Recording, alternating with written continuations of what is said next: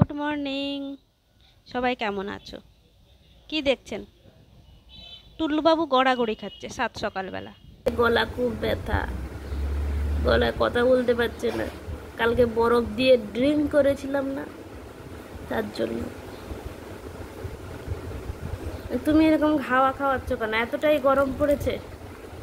হ্যাঁ বাচ্চা, এতটাও গরম পড়েনি তো।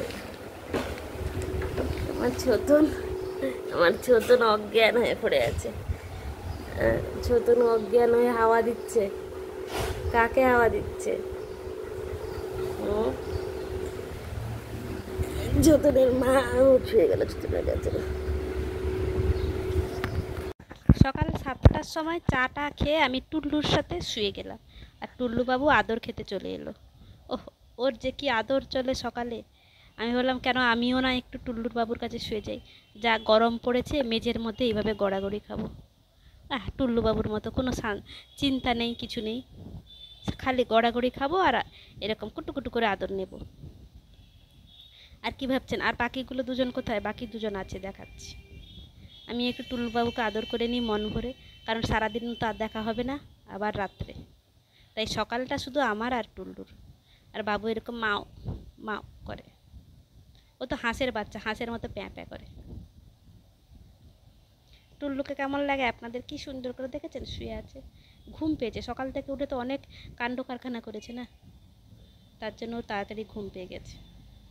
ভোর সেই 4টের সময় ওঠে, কত কুস্তি হয়, দৌড়ানো হয়, মর্নিং ওয়াক হয়। এবার আসুন টুনিকে দেখাই। আমার একটা বালিশ দেখেছেন? সাদা বালিশ, সাদা আর কালো, কি সুন্দর করে শুয়ে আছি আমি। আর একটা বালিশ ওপরে শুয়ে আছে, এটা হচ্ছে মাথার বালিশ। আর একটা পাশ বালিশ আলমারির মাথায় ঝুলছে, আর আমাদের কাণ্ড কারখানা দেখছে। আমি এতটাও ভারী নই যে টুল্লু আমাকে নিতে পারবে না। আলতোভাবে মাথাটা ঠেকিয়ে রেখেছি যাতে বাবুর কোনো কষ্ট না হয়। আর বাবু আরাম করে শুয়ে আছে, বিরক্ত হচ্ছে না, ঠিক না?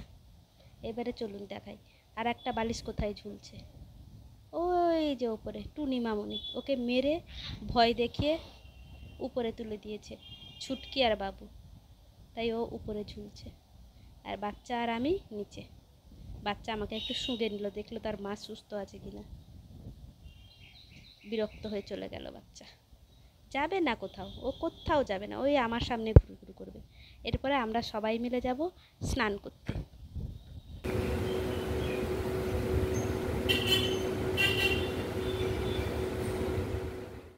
আমি যেখানে টুল্লুবাবু সেখানে, টুল্লুবাবু যেখানে ছুটকি সেখানে, আর টুনটুনি কেন বাকি থাকবে?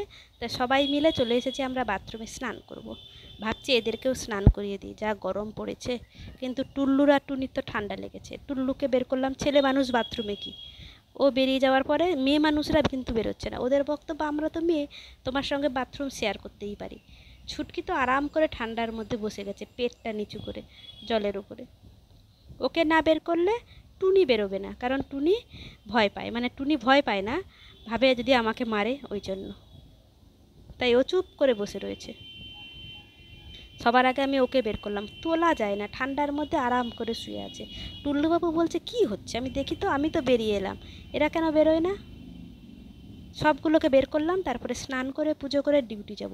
এদের পেছনে বক বক করতে করতে 9টার ডিউটি 10টায় গিয়ে পৌঁছে। যাকে আপনাদের কেমন লাগলো সেটা অবশ্যই কমেন্ট করে বলে যাবেন। ভালো লাগলে একটা লাইক করে দেবেন। Thank you.